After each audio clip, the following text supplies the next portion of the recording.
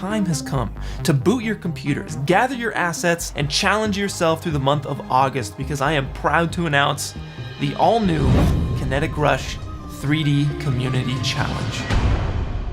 Let's get to work. First, I had to come up with a story. I knew I wanted a caveman running away from an animal with a big waterfall in the background. I began by gathering reference images and creating concept art using AI, which helped a lot with capturing the vibe and blocking of the scene. I was doubting between a tiger, a prehistoric animal, or a bear, and eventually decided on the bear. This choice led me to set the environment in an evergreen forest. Once I knew exactly what I wanted to create, I got to work. I started with the character design.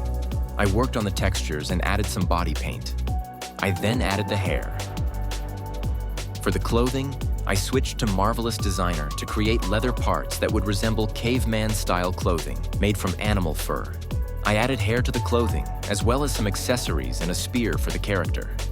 Finally, I moved on to animating. I wanted him to hit the bear with the spear, so I decided on a full 360 spin, which would make it physically possible. It took some trial and error, but in the end, I was happy with the result. Next, I jumped straight into the environment design. I began with some rough scene blocking. Then, I sculpted the cliffs, filled the scene with 3D scans of different rocks, and added the river.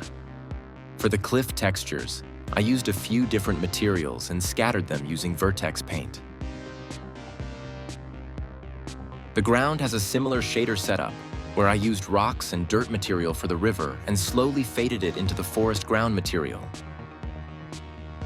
After studying more reference images, I gathered various forest assets, including grass, plants, rocks, and trees. I used geometry nodes to scatter these assets with a simple setup and controlled the density using vertex painting. Since this was done with geometry nodes, I could easily apply the setup to other objects. I manually added and scattered some missing trees. And for the environment closer to the camera, I added vines, moss, debris, more grass, and pebbles on the ground. As a final touch, I drew some vines using the scatter tool in the Botanic add-on. I added some tree trunks and dead trees in and around the water. The environment was mostly done. Next up was the bear. I started with a rough, low-poly bear model, and then sculpted a more detailed version. The topology sucked, so I used a retopology process using the snap to face option together with the shrink wrap modifier to glue new geometry to the sculpt. It didn't take long. Then I moved on to texturing. I baked a normal map from the sculpt to capture surface details and did some additional skin texturing.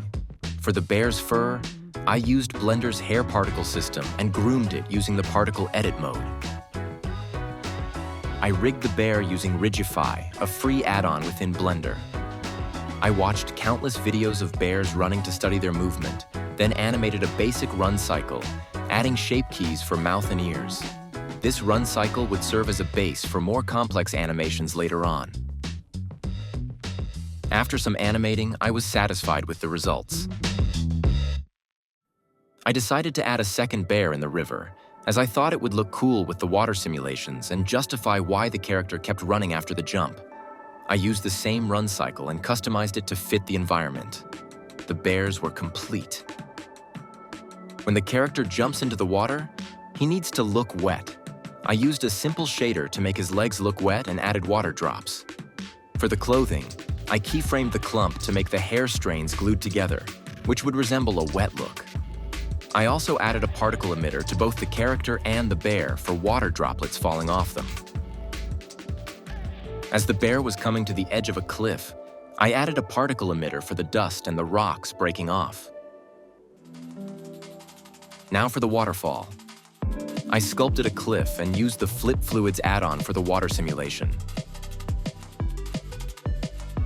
Instead of importing a large simulation into my Blender project, I decided to render it out as an image sequence and project it onto a plane with a simple shader setup. This approach saved me some memory and reduced render time. For the river, I ran more water simulations and also gathered some free stock footage, which I again projected onto a plane using an emission shader. The river was complete. The last step was the water simulation for the character's jump and the bear's interaction with the water. I opened a new project, imported the character, bear, ground plane, and some rocks for obstacles, set up a domain, and ran the simulation, which took a few hours to bake. Once done, I imported it into the main project. I had to hide the seam because the water simulation was a separate object. This was done using a shadow ray from the light path node for the mix factor between the water surface and the transparent shader. The lighting setup was very simple. A deep blue color for the world, a light bluish sun, and a few point and area lights inside the cave, as I didn't like how dark it was. On some of the lights, I used a light linking collection to isolate the character and a bear. For the sky, I simply used an overcast sky image and imported it as a plane with an emission shader. On top of that, I added a big cube for the volume and some emission on very low strength, as well as some fog layers to separate the foreground from the background a bit more. To bring more life to the scene, I added birds flying in the background. The background still felt empty, so I jumped into Photoshop, added some clouds around the mountain, and imported it into Blender together with the background forests. The scene was done. I rendered everything and imported it into After Effects. From there, I added some more effects, like dust for the footprints and a blood splash to complement the bear getting hit.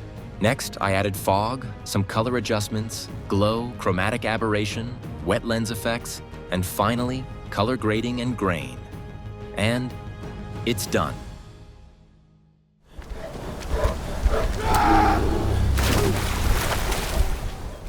If you have any questions, feel free to drop them down below and I'll get back to you as soon as possible. Thanks for watching.